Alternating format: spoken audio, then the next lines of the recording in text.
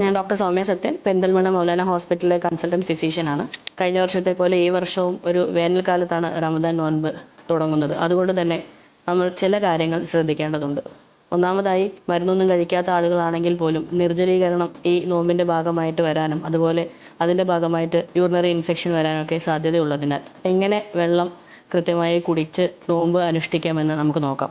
നമുക്കറിയാം, നോമ്പിൻ്റെ സമയത്ത് രാവിലെയും അതുപോലെ നോമ്പ് തുറന്ന ശേഷവുമാണ് ഭക്ഷണം കഴിക്കുന്നത്. അതിൻ്റെ കൂടെ തന്നെ ആ കുടിക്കാൻ പറ്റുന്ന സമയത്ത് തന്നെ ഏകദേശം 10 ഗ്ലാസ് വെള്ളം ഇടവിട്ട് കുടിക്കുക. അപ്പോൾ നമ്മുടെ ബോഡിയിൽ അത് സ്റ്റോർ ചെയ്യുകയും അങ്ങനെ നിർജ്ജലീകരണം തടയാനും സഹായകമാണ്. ഇനി പറയുന്നത് പ്രഷർ, പ്രമേഹം, അതുപോലെ കൊളസ്ട്രോൾ എന്നിവയ്ക്ക് മരുന്ന് കഴിക്കുന്ന രോഗികളോടാണ്. നോമ്പ് മരുന്ന് കഴിക്കാതിരിക്കാനുള്ള ഒരു റീസണായിട്ട് എടുക്കരുത്. കാരണം നമ്മൾ എല്ലാ നേരവും ഭക്ഷണം കഴിക്കുന്നില്ല എന്ന് മാത്രമേ ഉള്ളൂ. എന്നാൽ രാവിലെ നോമ്പ് തുടങ്ങുന്നതിന് മുമ്പും അതുപോലെ നോമ്പ് തുറന്ന ശേഷവും ഭക്ഷണം കഴിക്കുന്നുണ്ട്. അതുകൊണ്ട് തന്നെ പ്രമേഹ രോഗികൾ നോമ്പ് തുടങ്ങുന്നതിന് മുമ്പ് തന്നെ നിങ്ങൾ ചികിത്സിക്കുന്ന ഡോക്ടറുടെ അടുത്തെത്തി മരുന്നിൻ്റെയും ഇൻസുലിൻ്റെയും അളവ് ഏത് രീതിയിൽ വേണമോ ആ രീതിയിൽ എഴുതി വാങ്ങിച്ച് അത് പ്രകാരം ഫോളോ ചെയ്യുക. പ്രമേഹ രോഗികൾക്ക് ഇതാണ് ചെയ്യേണ്ടത്. എന്നാൽ പ്രഷർ, കൊളസ്ട്രോൾ എന്നിവ ഒരു മാറ്റവുമില്ലാതെ തന്നെ ആ മരുന്ന് അതുപോലെ കഴിക്കാവുന്നതാണ്.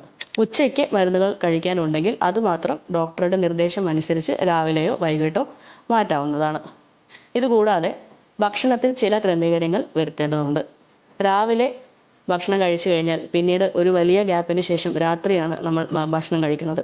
അതുകൊണ്ട് തന്നെ രാവിലെ അരിഭക്ഷണം ഒഴിവാക്കി ഗോതമ്പ്, ഓട്സ് പോലെയുള്ള ഫൈബർ കൂടിയ ഭക്ഷണങ്ങൾ കഴിക്കുന്നത് വഴി നമ്മൾക്ക് വിശപ്പില്ലാതെ അതുപോലെ ഡൈജഷൻ സ്ലോ ആവുകയും അങ്ങനെ നോമ്പെടുക്കാൻ അത് സഹായകമാവുകയും ക്ഷീണം വരാതെയും സഹായിക്കും.